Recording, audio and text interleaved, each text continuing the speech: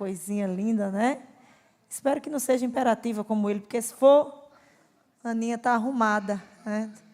A menina não vai parar não, viu, irmão? Que isso aí faz 1000 coisas ao mesmo tempo. Então, imagina aí. Amém? Mas glória a Deus, Deus cumpriu a promessa na vida dele e nós somos gratos a Deus. Eu sei que nós estamos findando esse ano e é lógico que muitas indagações vêm ao nosso coração. E uma das indagações que vem ao nosso coração é: como será o amanhã? Né? Como será amanhã? Como será janeiro? Que dizem que é um mês difícil. Fevereiro, alguns dizem que o ano mesmo só começa em março. E tem pessoas aqui preocupadas com esses meses. Mas eu quero dizer que a bondade de Deus te seguirá todos os dias da sua vida. A bondade que te seguiu o ano inteiro te seguirá em 2025, de janeiro a dezembro. Todos os meses, Deus providenciará aquilo que é necessário para a sua vida. Amém? E eu fiquei ali, eu digo: Jesus, o que é que eu vou pregar? Mas vamos abrir as nossas Bíblias, aqui em 2 Reis, capítulo 5, a partir do versículo 9. 2 Reis, capítulo 5, a partir do versículo 9. Nós servimos a um Deus de milagres. Você crê nisso? Que Deus faz milagres? Diga amém. 2 Reis, capítulo 5, versículo 9, diz assim: Veio, pois, Naamã com seus cavalos e com seu carro, e parou à porta da casa de Eliseu. Então Eliseu lhe mandou um mensageiro, dizendo: vai e lava-te 7 vezes no Jordão, assim a tua carne será curada e ficarás purificado. Porém Naamã muito se indignou e saiu dizendo: eis que eu dizia comigo, certamente ele sairá, pôr-se-á em pé, invocará o nome do Senhor seu Deus, passará a mão sobre o lugar e restaurará o leproso.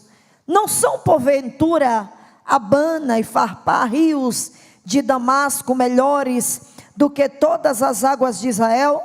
Não poderia eu lavar-me neles e ser purificado? E voltou-se com indignação.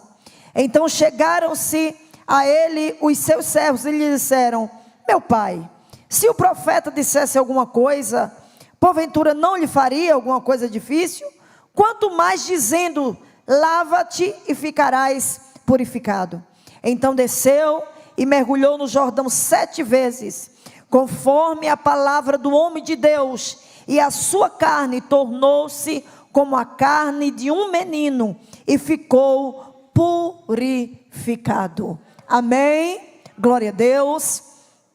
Essa foi a palavra que o Senhor colocou no meu coração para transmitir para a igreja nessa noite. Uma palavra muito conhecida. Quando eu leio o capítulo 5 de 2 Reis, não tem como dissociar a história de Naamã da história do profeta Eliseu. No capítulo 19 de 1 Reis, a Bíblia fala que Deus dá uma ordem para o profeta Elias, dentro de uma caverna, em uma situação de crise espiritual, existencial, debaixo de uma pressão muito grande. Deus dá uma ordem para o profeta.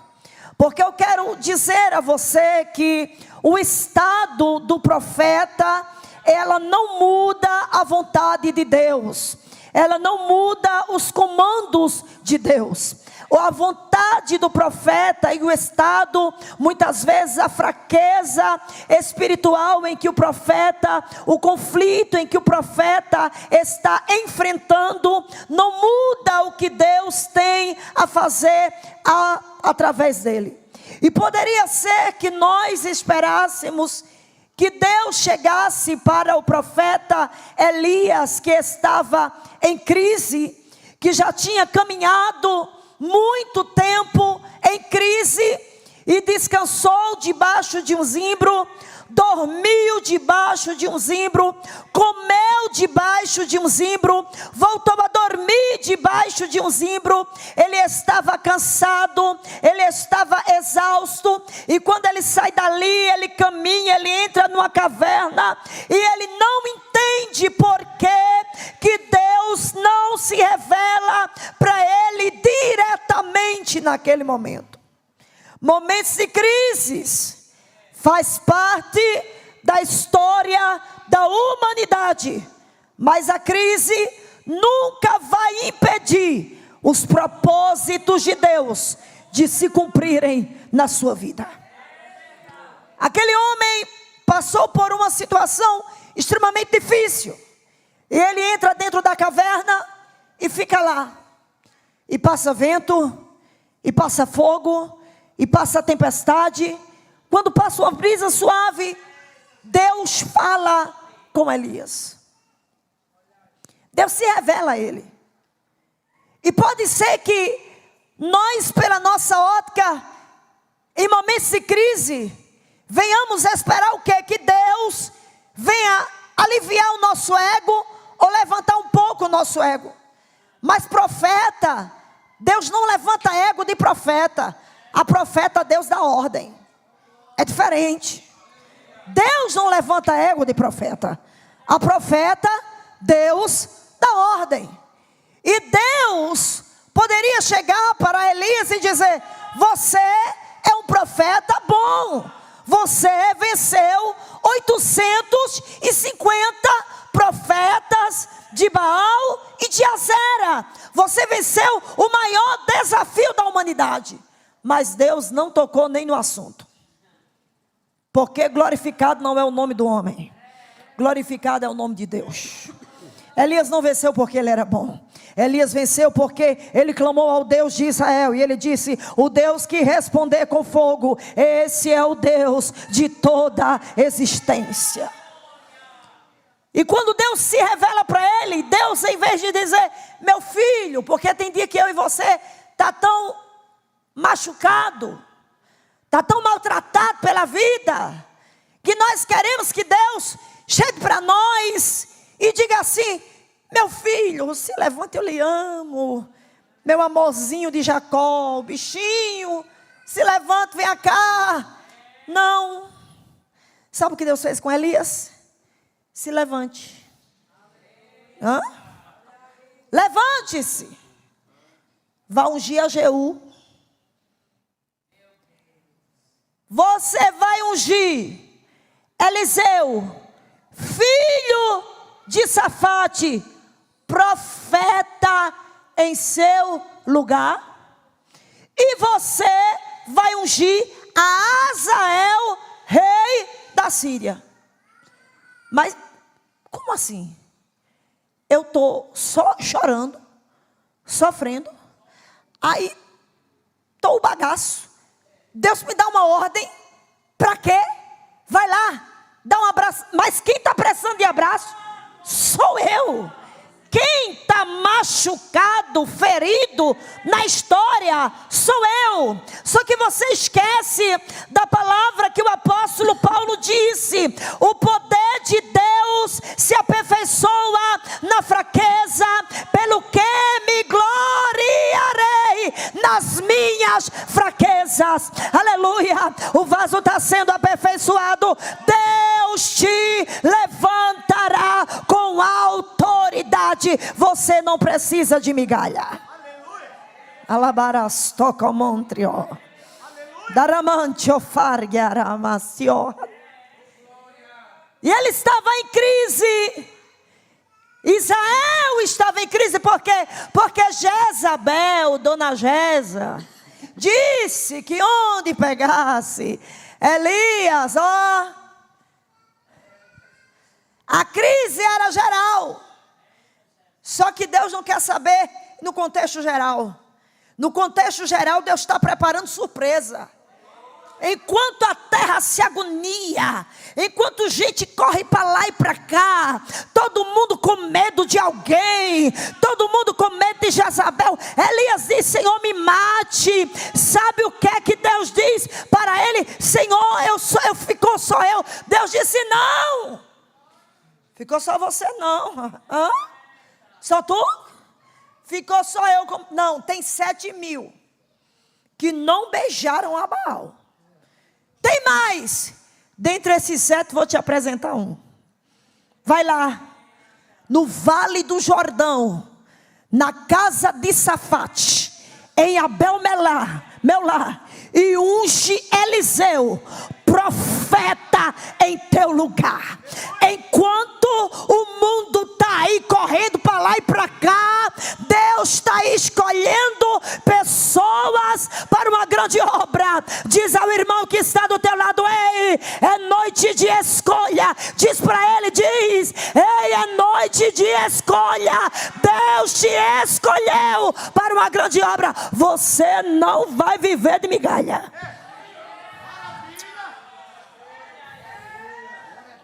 Depois você vai entender porque eu estou dizendo que você não vai viver de migalha. Deixa eu chegar lá. E ele chegou lá, no Vale do Jordão estava Eliseu fazendo o quê?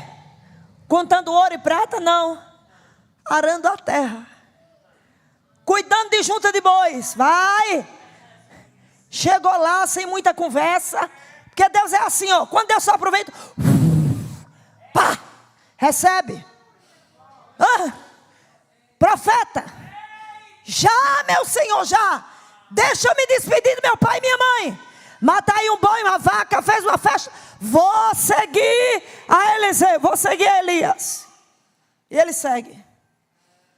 E esse homem, ele se torna um seguidor fiel. Ele olha para Elias e ele diz assim: eu quero ser igual a Elias. Eu pergunto a você: será que tem alguém de Deus que ainda te inspira no meio desse turbilhão de pessoas que estão beijando Baal? Será? Será que ainda tem alguém que tu pode olhar e dizer assim: eu vou andar com você e eu posso te fazer um pedido? Se eu tiver ser levado, tu me dá porção dobrada? Eu recebo porção dobrada? Você me pediu uma coisa difícil, mas se você vê, você recebe. Ele ia para Gilgal, lá ia Eliseu, no encalço dele. Ia para o outro lado do Jordão, lá ia Eliseu, no encalço dele. Ei, profeta anda com profeta. Homem de Deus anda com homem de Deus. Mulher de Deus anda com mulher de Deus. Aquele que busca Deus anda com quem busca a Deus. Ainda que seja só com um, mas ande com quem quer algo com Deus, com quem tem algo a te ensinar, com quem tem algo para te oferecer. E talvez você diga: minha irmã, eu não tenho ninguém. Deus está dizendo: eu estou preparando alguém para te instruir, para te ensinar, para te levar ao caminho e para gerar dentro de você sede de buscar a presença de Deus. Aonde ele ia, estava lá Eliseu atrás.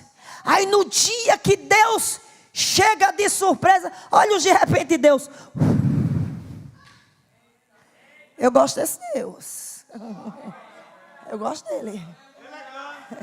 Ele faz umas coisas. Vai ter um de repente assim, ó. Cante. O que foi? Recebeu? Recebi. Já chegou. Aí, ó. Aramantui. Alabarasturi minai. Quem te colocou lá foi Jesus. Quem te achou foi Deus. Ai, oramantui, meu facia. Você não precisa de muito, você precisa de Deus. Se Deus achou a Eliseu lá dentro de um buraco no Vale do Jordão e a Davi por detrás da malhada, Ele vai ao teu encontro aonde tu estiver.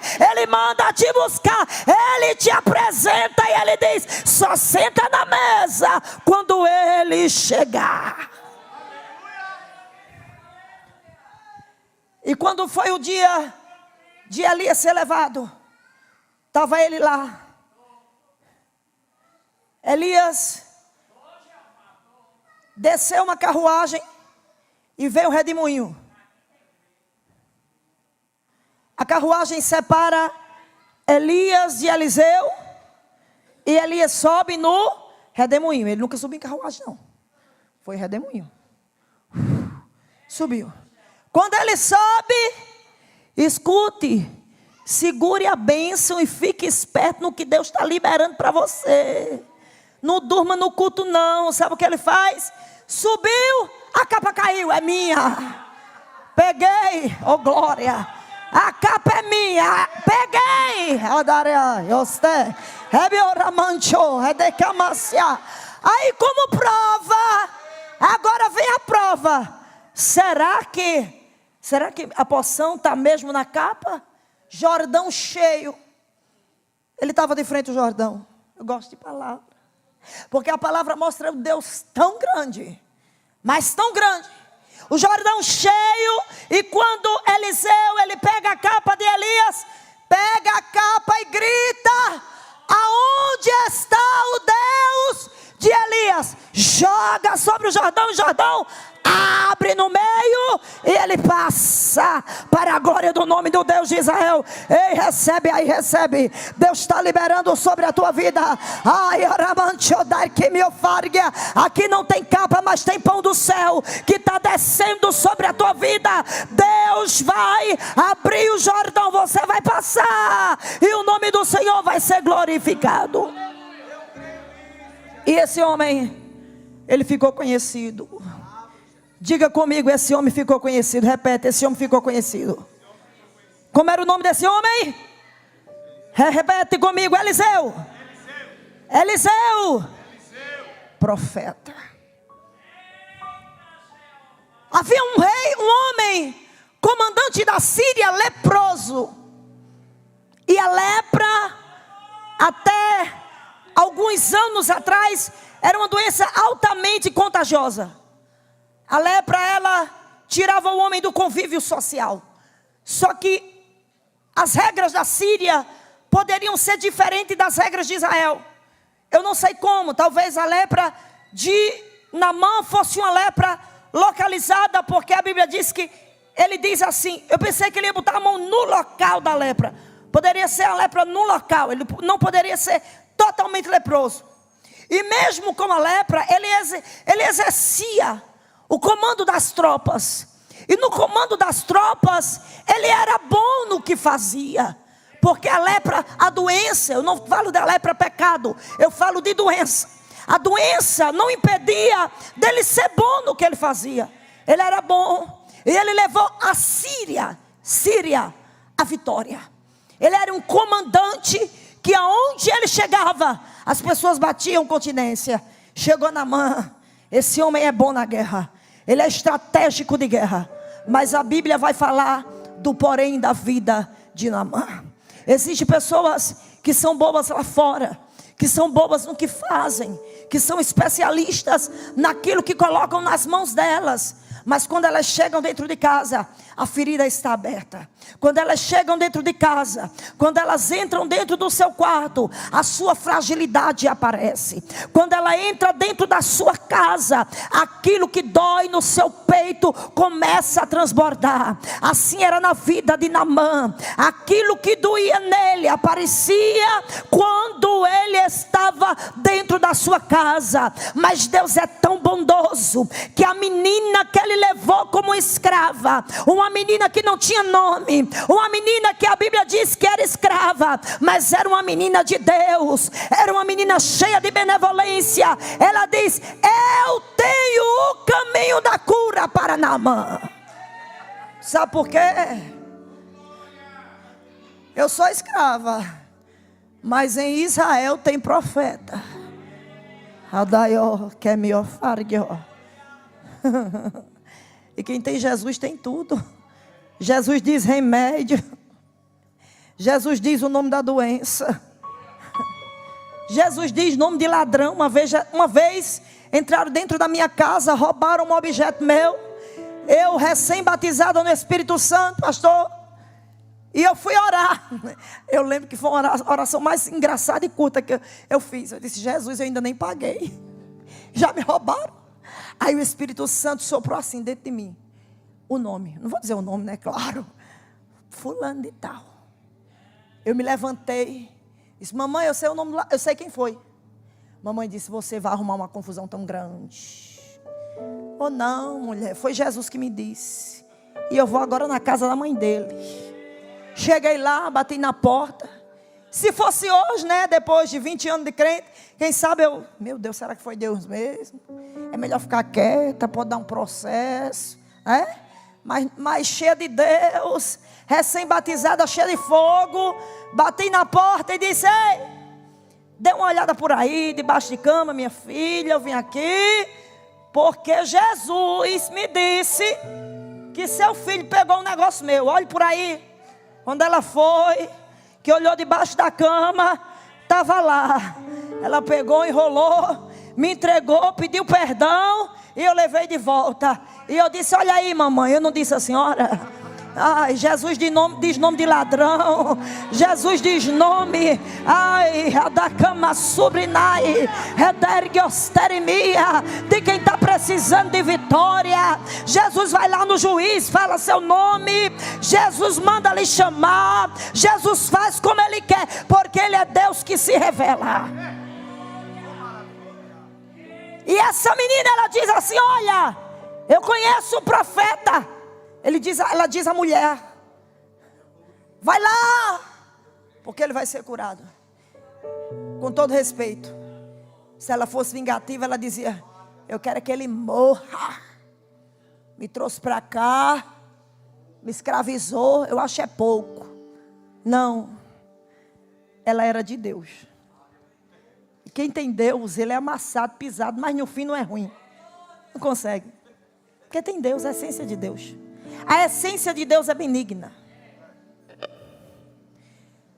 E aquele homem se arrumou, preparou a carruagem. Só que o negócio com Deus é diferente. Olhe bem para cá, olhe para mim. Prepare a carruagem, mas vá devagar, porque as passadas de Deus é diferente da sua, são diferentes da sua. Ele preparou e foi. Todo pomposo, general, na porta do profeta. Primeiro o rei escreveu para o rei de Israel. O rei se desesperou logo. E se esse homem não for curado, vai ter uma guerra, vão matar todo mundo. Tenha calma, o homem é profeta. Não estou lhe dizendo que Eliseu é profeta. Ele é profeta mesmo, confie. Mande o homem vir. Aí chega ele todo pomposo na porta de Eliseu. Sabe o que ele achava? Que Eliseu ia sair para fora. Achava que Eliseu era uns profetas dos dias de hoje. Eita, chegou o comandante. Entre! Eu tenho um decreto para lhe entregar. Eliseu nem fora saiu. Mandou um recado. 7 vezes no Rio Jordão e será curado, meu amigo. O homem ficou bravo. O quê? Isso é coisa que se faça. É como se nas entrelinhas não me recebeu. Tendo o rio melhor lá na Síria, Abana, Farpá, ele vem mandar eu tomar banho no rio mais sujo de Israel, Jordão. Eu achando que ele ia chegar aqui, botar a mão na minha cabeça: receba, comandante, seja curado, comandante. Eita, quer prata e quer ouro, passa prata. Não, vá mergulhar 7 vezes no Jordão. Quando ele se ira, aí um dos dele diz assim: meu senhor, calma aí. Se ele pedisse alguma coisa difícil, eu tenho certeza que o senhor faria. Ele não pediu nada difícil, só pediu para o senhor mergulhar 7 vezes no Jordão. Ele foi trincando os dentes, mas ele foi. Sabe por quê? Porque quem precisa não pode exigir. Quem precisa tem que descer. A rota não é eu e você que diz. A rota quem diz é Deus. Se Deus diz é 7, é 7. Se Deus diz é 14, é 14. Se Deus diz é 21, é 21. Se Deus diz é uma, é uma. Se Deus diz 7 voltas e no 7º dia 7 vezes, toca a trombeta, quebra o cântaro, pega a tocha e veja o que eu vou fazer. Confia na palavra do Senhor. Quem diz a rota da cura não é você. Quem diz a rota da cura é Deus. Pode ser comandante, pode ser general, juiz, advogado, desembargador. Para Deus não importa quem é. O que importa é a rota. E quem diz a rota é Ele. Diga ao irmão que está do seu lado: ei, quem diz a rota é Ele. Vá pela rota. E quando ele foi pela rota de Deus, ele mergulha 7 vezes no Jordão. E mergulhando 7 vezes, a Bíblia diz que no último mergulho, a sua pele saiu como a pele de uma criança. Oh, coisa linda. Oh, coisa tremenda. Milagre extraordinário. Aí o homem não estava mais bravo. O homem já não estava mais colérico, o homem estava manso, a pele limpa, não tinha botox nesse tempo, não tinha tratamento para a pele, não tinha água termal, não tinha nada, era água do Jordão. É água suja que Deus faz pele transformar-se em pele de criança. Não tinha nada de tecnologia, mas a do céu, ela vem antes. Ai, Adacamancho, Ramantui, Alabarassuriminácia, Redergiosterimia. A do céu chega primeiro, a do céu ela vem antes. Aí o homem desce, quando o homem desce, que ele sobe, olha para a pele. Eita, que milagre. Que pele limpa é essa? Foi um milagre. Que negócio diferente foi esse? Desci no Jordão. Tá mais bravo não, tô nada. Deus fez milagre. Adarassoreminai. Desce no Jordão, desce. Desce, desce, desce, desce. Tu não vai viver de migalha. Tu não vai mais chorar dentro do quarto, porque Deus vai fazer um milagre na tua vida. Levanta a tua mão aí, recebe. Recebe em nome de Jesus, toma posse. Hoje é o último culto da vitória do ano. É o último culto, é a última sexta. Ei, recebe aí, recebe, recebe. Bênção, bênção, bênção. Bênção, bênção. Desce o Jordão e sobe de posse de vitória. Porque o Deus de Eliseu, o Deus que curou Naamã, está aqui nessa noite e está dizendo: toma posse da vitória.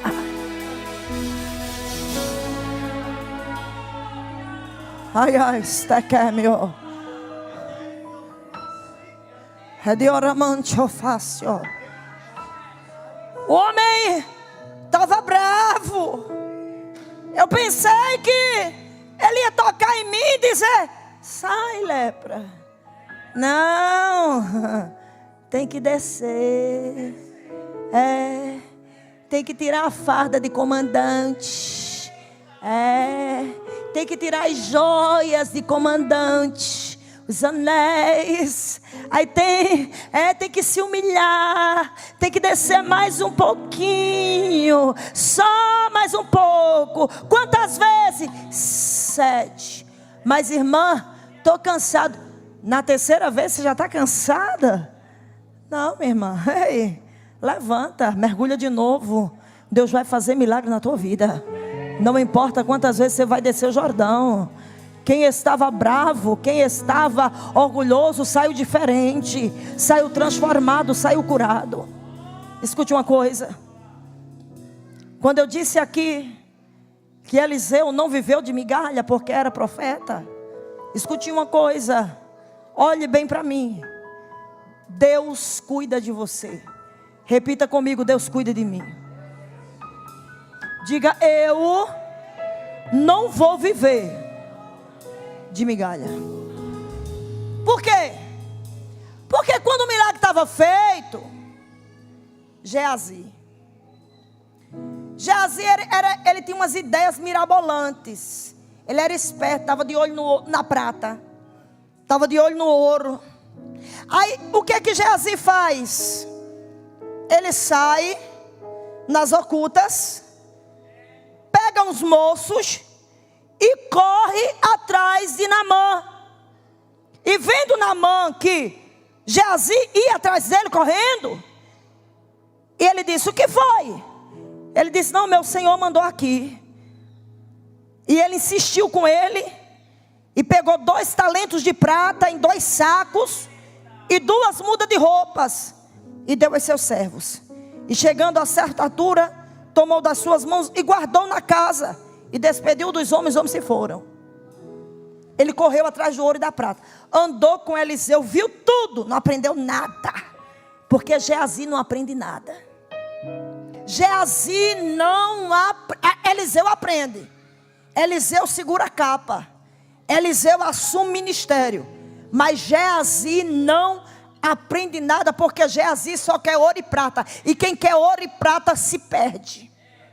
Ele chegou para Naamã e disse: ó, meu senhor mandou o senhor me dar. Gente, ele, claro que ele acreditou. Ele recebeu um milagre, ele tinha muito. 2 sacos, tome, leve. Quando ele chega todo desconfiado na casa de Eliseu, todo desconfiado: onde era que tu estava? Eu estava em casa. Por acaso o meu espírito não foi contigo?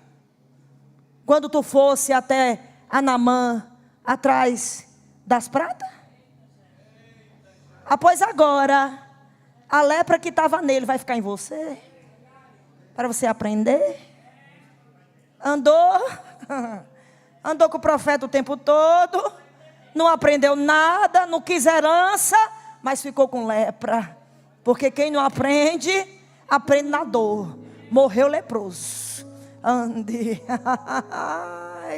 Deixa Geazi com Deus, não anda com Geazi não, que ele não quer aprender não, viu? Tem jeito que é Geazi.